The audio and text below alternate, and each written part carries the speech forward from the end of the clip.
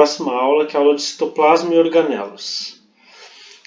A primeira coisa é a gente ver que dentro da citologia a gente acaba estudando mais a célula animal, comparando um pouco com a vegetal, que são os nossos principais exemplos e o que mais cai na prova. Ela tem essa carinha, a célula animal, que às vezes nos assusta um pouco, que é uma imagem cheia de setas nos apontando coisas. E ao longo dessa aula a gente vai tentar entender um pouquinho de cada uma dessas partes para que não nos assuste na hora da prova. Então a primeira coisa que a gente vai comentar é que dentro dessa célula tudo vai estar mergulhado dentro de um material gelatinoso que é o citoplasma, ou citosol, ou hialoplasma. O que é isso? Vai ser um material gelatinoso, rico em água, onde tudo vai estar mergulhado ali. Ele é um meio pelo qual onde as reações vão acontecer, onde a gente vai encontrar as organelas, onde a gente vai encontrar o citoesqueleto, o núcleo, etc. afim. A próxima estrutura que a gente vai comentar é o citoesqueleto. O que é o citoesqueleto? O citoesqueleto vão ser proteínas, filamentos de proteínas que vão dar vão estruturar a célula e também ajudar na forma com que essa célula vai ter. Além de ajudar nos processos de transporte dentro da célula, seja da célula se movimentar ou seja de movimentar coisas dentro da célula. Então vai ter essa carinha. Alguns filamentos que a gente pode encontrar são filamentos de actina, a gente pode ter microtúbulos e a gente pode ter um filamento intermediário, que assim como vocês viram, a actina é um filamento mais fininho, o microtúbulo é um filamento mais largo, enquanto que o filamento intermédio é realmente mais ou menos o meio do caminho. E como eu disse para vocês, ela vai fazer um movimento ameboide que ele vai ajudar no movimento ameboide, que é aquela formação de pseudópodes que a gente viu na outra aula, que pode ser feito para que uma célula consiga se locomover. Assim como o citoesqueleto vai estar envolvido no movimento das coisas dentro da célula. Por exemplo, jogar uma organela para lá, jogar uma coisa para cá, dentro da célula, dentro desse citoplasma que a gente vai chamar de ciclose. E aí a gente passa para a parte principal dessa aula, que é tentar trabalhar um pouquinho de cada uma das organelas para ajudar vocês. A primeira organela, e não é à toa que ela é a primeira organela, porque ela vai estar presente em todos os seres vivos, é o ribossomo. O ribossomo, assim como eu cantei a musiquinha para vocês, que eu espero que vocês já estejam craques, é a organela que vai ser responsável pela síntese de proteínas, tá? É ela que vai produzir as proteínas. A gente vai estudar isso a fundo na aula de tradução, um pouquinho mais explicado, mas isso vocês não podem perder. Outra questão importante do ribossomo é que ele vai ser formado por duas subunidades, uma subunidade menor e uma subunidade maior. Na nossa espécie a gente chama, de acordo com o tamanho molecular delas, a gente chama de 60S e 40S. Em outras espécies podem ter tamanhos diferentes, que é uma coisa até que ajuda a diferenciar um ribossomo de uma espécie para outra. Mas eles têm sempre uma unidade maior e uma menor. E esse ribossomo vai ser formado por proteínas e RNA ribossômico, que a gente vai ver que a gente tem três tipos de RNA que a gente produz, e um deles é o RNA ribossômico, que vai estar envolvido na estrutura do ribossomo. Isso é o que a gente precisa saber nesse momento de ribossomo. A próxima organela que a gente vai trabalhar é o retículo endoplasmático, tá? Diferente do ribossomo, vocês vão ver que a maior parte das organelas são organelas membranosas, tá? A gente tem duas exceções, que é o ribossomo e o centríolo, que vão ser organelas proteicas, e no caso do ribossomo a gente também vai ter o RNA ribossomal nele.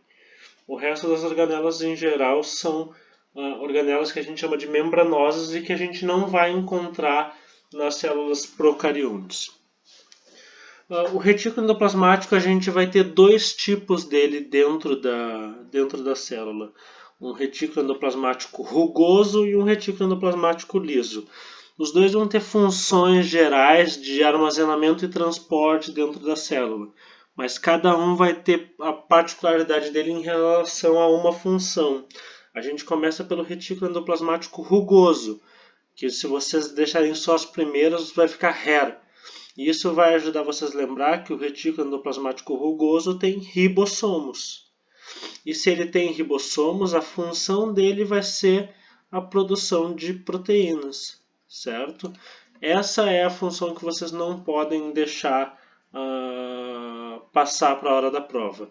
Que ele produz proteínas porque ele é cheio de ribossomos, como eu vou mostrar para vocês adiante, certo? Uma outra coisa importante é que o retículo endoplasmático rugoso vai ajudar a formar uma outra enzima, que é o lisossomo. Ele vai produzir as proteínas que vão compor o lisossomo, mas isso a gente comenta um pouquinho melhor adiante. O outro retículo endoplasmático é o liso. Assim como a gente fez no outro, a gente vai botar só as iniciais R e L. E aí o L é para vocês lembrarem de lipídios. E o retículo endoplasmático liso vai estar envolvido na síntese de ácidos graxos, de fosfolipídios e de esteroides. Ou seja, vai estar envolvido na síntese de lipídios, certo? E uma outra informação que a gente tem, que de vez em quando cai na prova, é que essas células vão estar aumentadas no fígado, em células de gônadas sexuais, que são células que precisam mais dessa função dele. Isso aqui eu já tinha comentado para vocês, que tanto um quanto o outro também vai ser responsável por fazer transporte de substâncias e armazenamento de substâncias dentro da célula. A gente também precisa, além de saber as funções, saber identificar essas estruturas dentro num desenho, porque uma questão pode cobrar isso. Geralmente, como central na célula, a gente vai ter o núcleo, e que vai ser bem fácil de encontrar porque ele é uma estrutura geralmente ovoide, de um formato semelhante ao formato da célula, e logo adjacente ao núcleo, próximo, praticamente colado ao núcleo, a gente vai ter o retículo endoplasmático rugoso, que vão ser essas bolsinhas membranosas, e vocês veem que eles têm vários pontinhos que são os ribossomos aderidos no retículo endoplasmático. E na sequência disso, vocês vão ver que a gente tem uma estrutura parecida dessas membranas, só que aí sem os ribossomos, que daí sim é o retículo endoplasmático liso envolvido daí com a síntese de lipídios. A próxima organela que a gente vai trabalhar então é o complexo golgiense, ou complexo de Golgi. Também é uma organela membranosa, ela vai ser um conjunto de bolsas assim de membrana achatadas uma em cima da outra, e que a gente precisa ter como função uma palavra-chave principal, que o complexo de Golgi vai estar envolvido com secreção e armazenamento celular. Principalmente secreção. Quando a gente trabalha de uma questão que a gente vá pensar na célula secretando algum tipo de substância para o meio exterior, vai estar relacionado diretamente ou indiretamente com o complexo de Golgi, porque essa é a função dele. É importante a gente também entender que ele vai ser responsável pela síntese dos carboidratos na célula, e vocês vão ver que ao longo da aula a gente vai comentar que algumas organelas são responsáveis por produzir diferentes partes do espermatozoide. E aqui eu já comento para vocês, explico no final um pouquinho melhor o que é, que o complexo de Golgi vai daí ser o responsável por produzir o acrossoma do espermatozoide. Guardem essa informação que a gente retoma ela no final da aula. E junto com o retículo endoplasmático rugoso, como eu disse para vocês, eles vão participar da formação do lisossomo. O retículo endoplasmático rugoso vai dar as proteínas e o complexo de Golgi vai formar a vesícula ou a bolsinha do lisossomo, como eu vou mostrar para vocês adiante quando a gente for falar de lisossomo.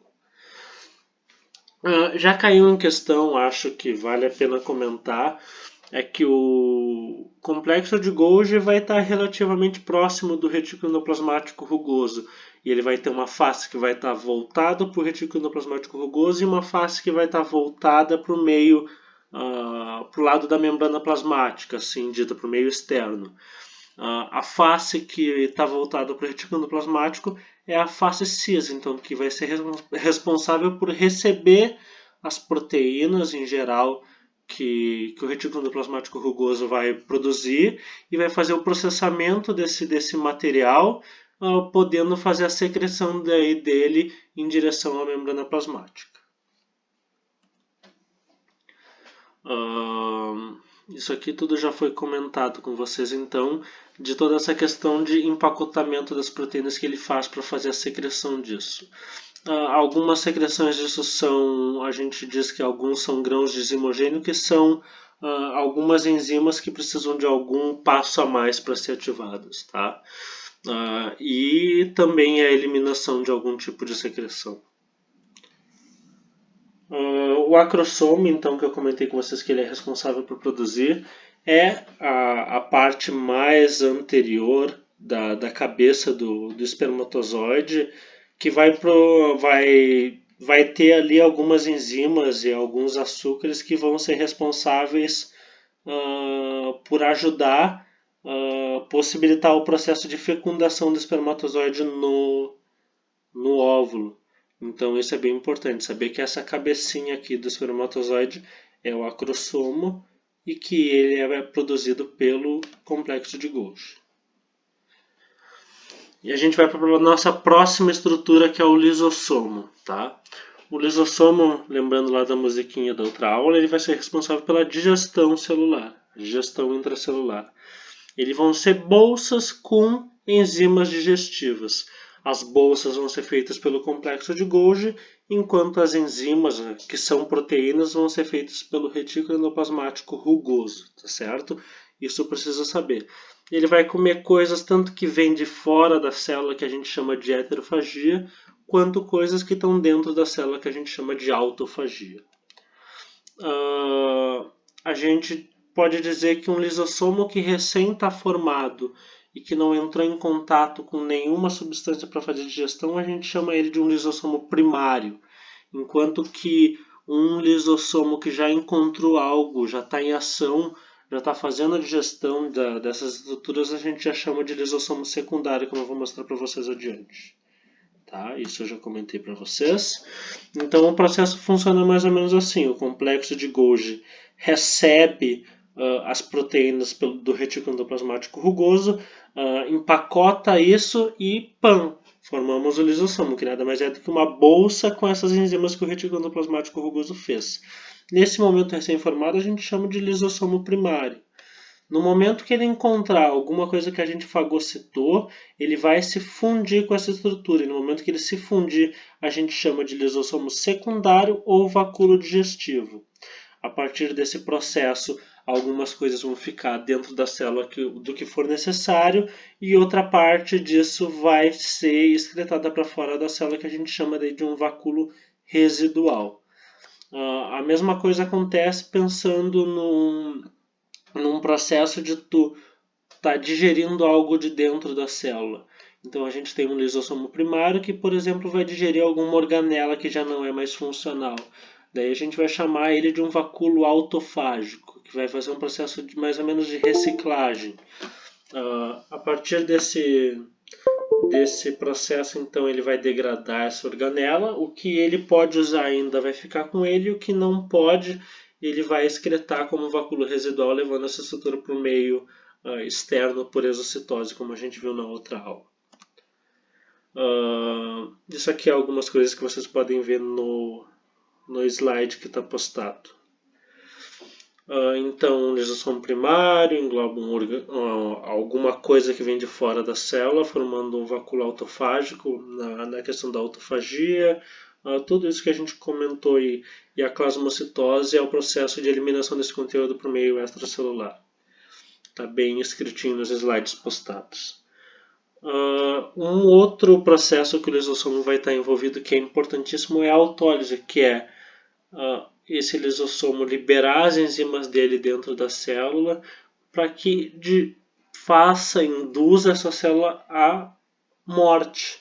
Então são células que vão romper esse lisossomo de forma programada, e essas enzimas que digerem proteínas, DNA, carboidratos, etc. afim, vão digerir essa célula e essa célula vai à morte.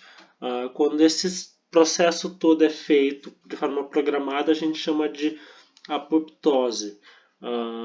Um dos exemplos assim mais fáceis de lembrar é lembrar lá do girininho, do sapo que tem uma cauda, e o sapo não tem cauda. O processo pelo qual essa cauda vai sumindo é um processo de apoptose programada dessa cauda. Então tu vai tendo progressivamente a morte daquelas células que estão relacionadas na formação da cauda no girino, e todo esse processo tem relação com a autólise. Então a nossa próxima estrutura então é o peroxissomo. O peroxissomo, em relação estrutural, ele vai ser mais ou menos parecido. Ele é também uma vesícula, uma membrana, que vai ter enzimas dentro dele, mas ele tem muito mais relação com o processo de desintoxicação dentro da célula. Principalmente, o exemplo mais importante, a degradação da água oxigenada. Em vários processos no nosso corpo, a gente acaba produzindo água oxigenada ou peróxido de hidrogênio, que é esse H2O2. E ele é tóxico para as células. Então a gente precisa de um processo para transformar esse H2O2 em água e oxigênio de novo. A enzima que é responsável por isso é a catalase. Essa enzima é importante da gente levar o nome adiante, tá? Então isso é muito importante de vocês lembrarem, certo? E ele também vai estar relacionado num processo de quebra de ácidos graxos também. Isso vai ser bem importante também na função do peroxissomos. Isso vai estar bem... Células que vão ter bastante peroxissomos são células do fígado e principalmente do rim, que tem essas funções de desintoxicação e de detoxificação. A nossa próxima célula então é a mitocôndria. A mitocôndria, assim como o cloroplasto, eles são organelas que vocês vão ver que são organelas mais complexas, de várias formas. Uma das coisas vocês vão notar que são as organelas que a gente precisa entender um pouquinho melhor estruturalmente ela, certo? A mitocôndria é uma organela também membranosa, certo? Só que diferente das outras, ela vai ter também duas camadas de membrana. A gente vai ter uma membrana externa e a gente vai ter uma membrana interna, certo? E dentro do espaço dessa membrana interna, a gente vai ter uma matriz mitocondrial. E essa membrana interna vai fazer invaginações. E a ponta dessas invaginações a gente vai chamar de cristas mitocondriais. Por que a gente precisa saber isso? Porque a mitocôndria é responsável por fazer a respiração celular aeróbia, ou seja, dependente de oxigênio. A respiração aeróbia, a grosso modo, é tu pegar uma molécula de glicose mais oxigênio, quebrar ela para te conseguir produzir energia para dentro da célula, que a gente, na nossa célula, essa energia é armazenada na forma de ATP.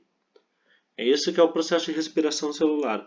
E para todo esse processo de quebra acontecer, ele passa por fases e cada uma dessas fases acontece num lugar diferente da célula.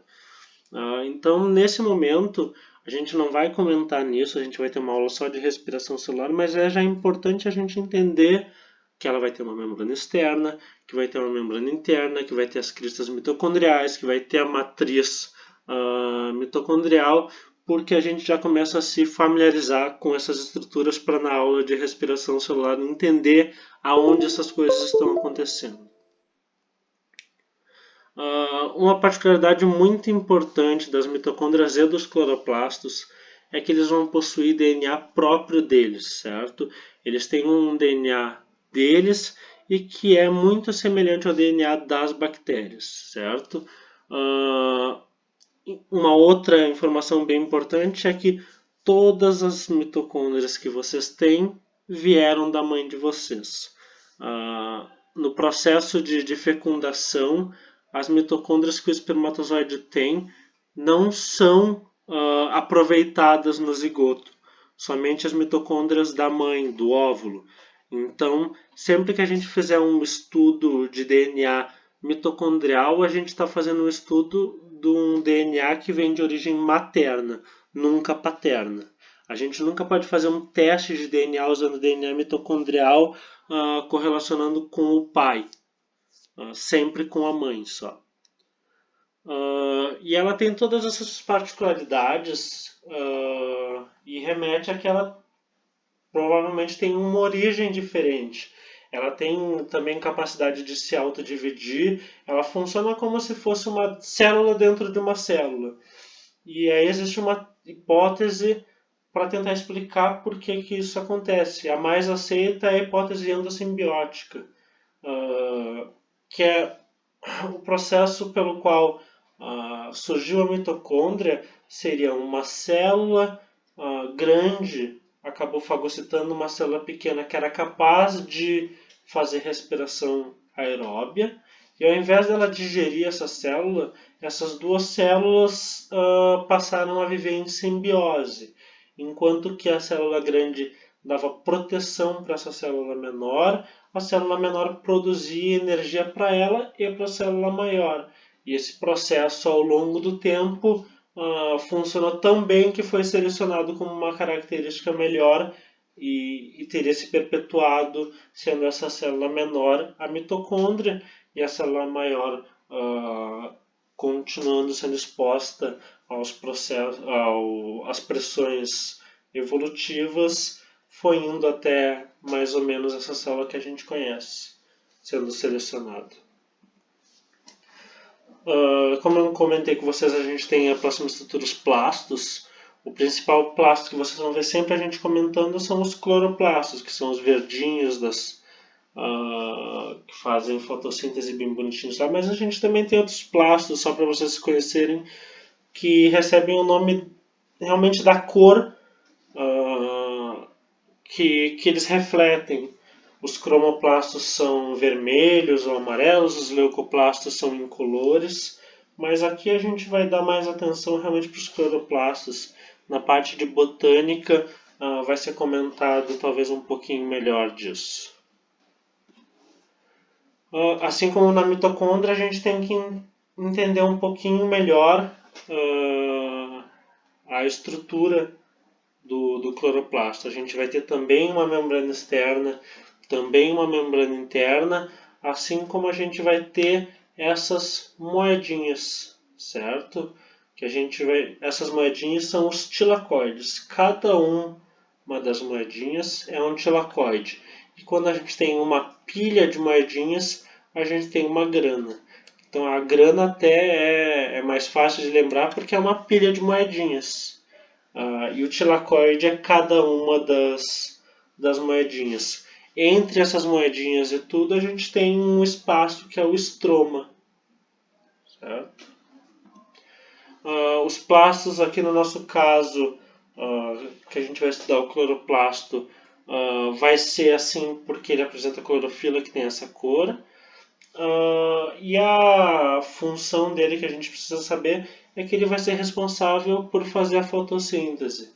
A gente vai ter uma aula específica só de fotossíntese, mas a fotossíntese é o processo pelo qual a planta, os seres autotróficos, não só plantas, pegam gás carbônico e água, gás carbônico da atmosfera mais água, e transformam a partir de um processo usando luz solar, esse gás carbônico e água em glicose e liberando oxigênio na atmosfera, certo? Ele vai ser dividido em duas fases também, por isso a gente precisa saber as partes do cloroplasto, que uma fase vai acontecer no tilacoides, enquanto que outra fase vai acontecer no estroma. Mas isso é um assunto para a aula de fotossíntese. Assim como As mitocôndrias, elas vão ter DNA, vão ter RNA e vão ter ribossomo. Elas são praticamente uma célula menorzinha dentro de uma célula vegetal. Vale destacar que uma das diferenças que ajuda a gente a ver o que é uma célula animal e uma vegetal é o cloroplasto, que vai estar presente só na célula vegetal, assim como o vacúolo. As células vegetais vão ter um grande vacúolo de armazenamento e que em algumas células pode ocupar quase 80% do volume celular. E aí ela vai armazenar as substâncias que forem necessárias para ela, sejam açúcares e proteínas, por exemplo. A próxima organela, então, são os centríolos, tá? Os centríolos é o nosso outro exemplo de organela que não é membranosa. Ela vai ser uma organela proteica, certo? Ela vai ser feita por 9 trincas de tubulina, que é uma proteína, próximas do núcleo. Por que elas vão estar ali próximas do núcleo e tudo? Porque, como vocês vão ver na aula de divisão celular, elas vão estar relacionadas a orientar as coisas na divisão celular. Então, elas são importantes nesse processo de mitose e meiose. Além disso, os centríolos, são responsáveis pela formação de cílios e flagelos, principalmente para a questão de locomoção celular. Outra informação importante é que procariontes, fungos e plantas que possuem frutos não vão ter centríolos, certo? Então, basicamente, vão ser células animais que vão ter os centríolos, que vão ter essa carinha aí das trincas de tubos. E vão estar próximos do núcleo, porque vocês vão ver na divisão celular aqui os centríolos que vão estar organizando um pouco esse processo. Aqui também tem um exemplo de um protozoário que tem um flagelo, que os centríolos vão ser responsáveis pela formação desse flagelo, assim como de cílios. Então, aqui para acabar só, a gente tem daí mostrando um espermatozoide, que ao longo da aula a gente foi comentando algumas coisas que o espermatozoide tem e que são formadas por organelas, que pode cair na prova. A gente vai ter então essa parte bem anteriorizada aqui, que é o acrosoma, que vai ser formado pelo complexo de Golgi, que vai ter açúcares e proteínas ali. A gente vai ter o condrioma, que é a parte intermediária, a peça intermediária do espermatozoide, que vai ser responsável por produzir energia para que esse espermatozoide consiga bater o flagelo e que vai ser formada por mitocôndrias. Enquanto que a cauda vai ser formada por centríolos. Então a gente tem aqui falando já 3 organelas principais que a gente precisa saber que envolvem na formação do espermatozoide. Então essa foi a nossa aula de organelas citoplasmáticas. Qualquer dúvida podem entrar em contato por WhatsApp mesmo comigo.